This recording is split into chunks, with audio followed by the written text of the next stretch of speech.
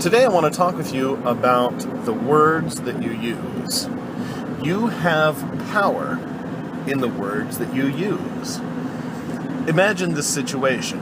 A student comes to you with a problem. If you act positively, then the problem seems surmountable.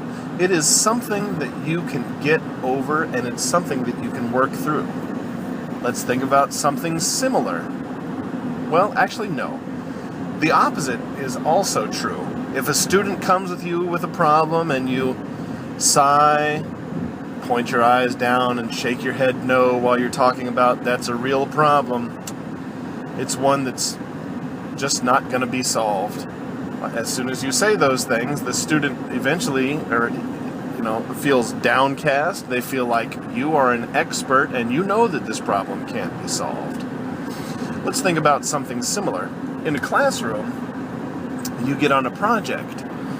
The project requires the student to do research. You're very excited. You tell the student that this brand new experience that's coming up is one that's going to change their lives. It's going to open up the new information that they're talking about and that they want to learn. It's going to really showcase how they can use their powers to solve real-world problems. Now the students are engaged, hopefully, but they feel like the project is going to have some positive effects on them. That means that they're worth doing. On the same token, if you talk about the upcoming project as one that's going to be a long, drawn-out problem, it's one that's going to take a great deal of time, one that is going to have portions of busy work and calculations that are going to take time, and that eventually the calculations are going to lead to a very straightforward answer, well, then they're going to think that it's going to be a slog. They're not going to be interested in doing the calculations, and if the calculations are so straightforward, maybe they can just answer it without having to do the math on their own anyway. So just think about that the words that you have and the words that you are using have power. You may find that you get a better result from students when you use words that encourage them to work hard. Words such as value and proven and best or good or top-notch or practical, perhaps application. Think about words that are going to encourage them to do work. Life-changing, easy, time-saving, etc. Similarly, some words will turn a student right off, like deal or cost or obligation or try or unproven. These words are going to make the student feel like the work that they are doing is just busy work, or that they're trying to accomplish something that is unproven. Students don't want to hear that they have to pay outrageous fees for the use of something, but they do want to hear that they are making an investment in their future.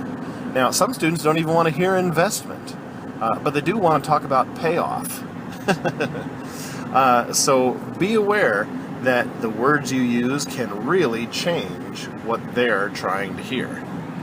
When you are building up these words for the client, for the student or for the classroom, make sure to use word pictures. That is, try to weave a tale for them about what it is they're learning and how it's going to affect them. Word pictures are something that many students who don't blossom in an academic setting can really get their hands on. Students who do blossom in an academic setting can see these word pictures happening in their minds, encouraging them to work for you, work harder for themselves. So use those as often as possible. So when you are describing what it's like to have a college degree, Don't talk about what it's like being in a hot gymnasium with a cap and gown on. People hate that process.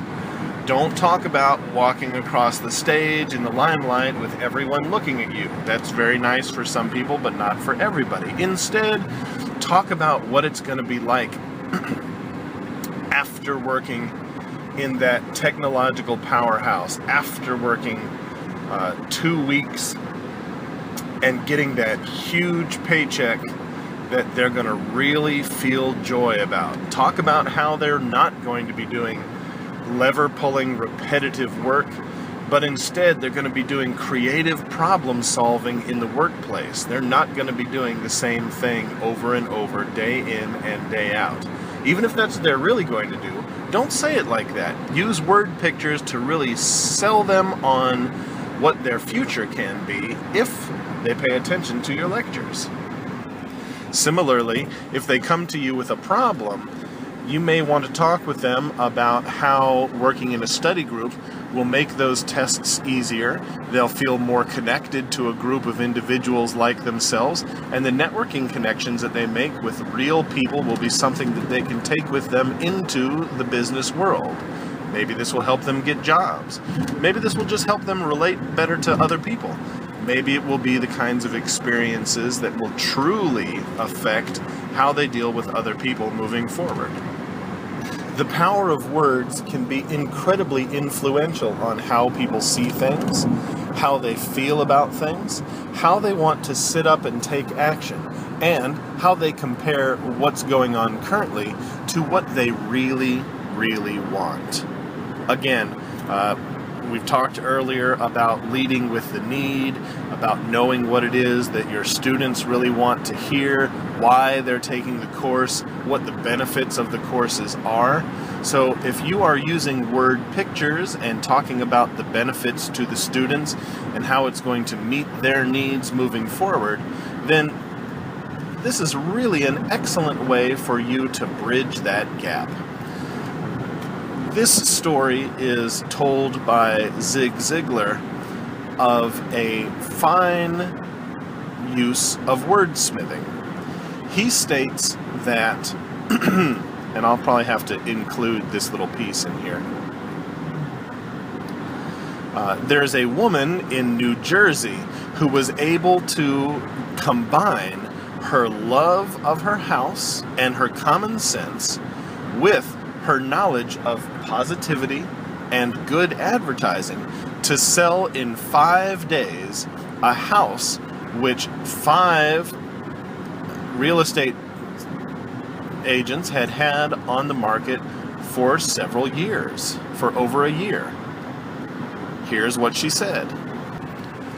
So in this example, I will have included it by now, people do not buy things based on facts or features or even benefits.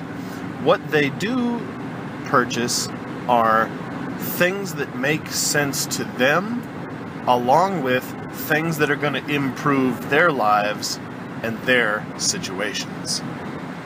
Now, this technique of painting word pictures can work for you too, especially in the classroom, especially when trying to assist someone to solve a problem, and especially when a student really needs to sit up and take action, but they're not someone who is easily influenced to do what's best for them. To apply this knowledge today, I encourage you, the next time you are working with a student or trying to solve a problem or trying to discuss with a member of your friends or family, try to use these word pictures to describe the benefits that people will receive. Use these when you are working out. Use them to yourself. Maybe if you are thinking about on a car ride, an earlier discussion you had with a student, try thinking about how you might have described the issue or the suggested solution using word pictures.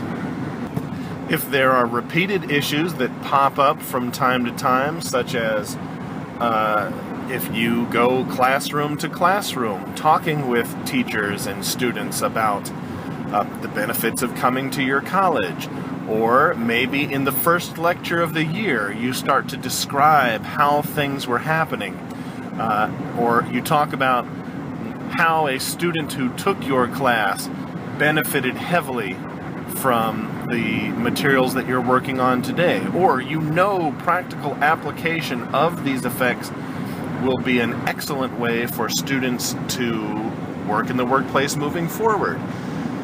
Take these consistent use cases and build them up in your mind until you have a set system that works for you, and then try them on some students or try them on other educators. It is essential, if you have repeated tasks coming again and again and again, that you use these tasks in such a way that students are able to get the benefit of your materials. Remember, the benefit is the important thing. So if you are showing materials over and over and over again, apply this knowledge today by memorizing those materials.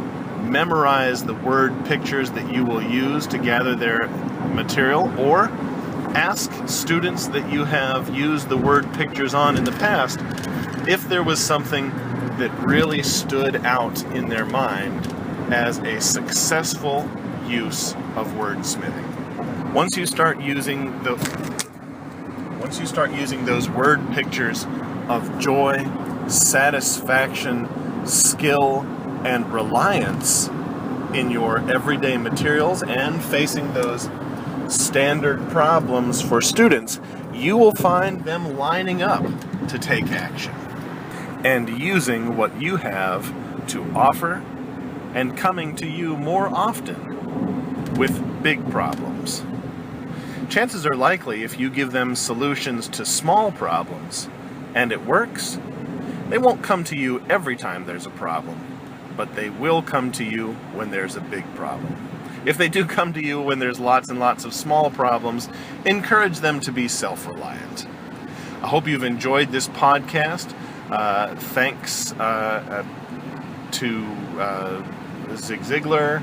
I encourage you to, if you're interested, to see more about his materials. But other than that, I want to thank you very much for coming out here today, and please go ahead and comment below if you'd like. Please share with like-minded individuals or anyone that you feel would benefit from this kind of training. Just absolutely destroy that like button with repeated connections there, and by all means, design your future.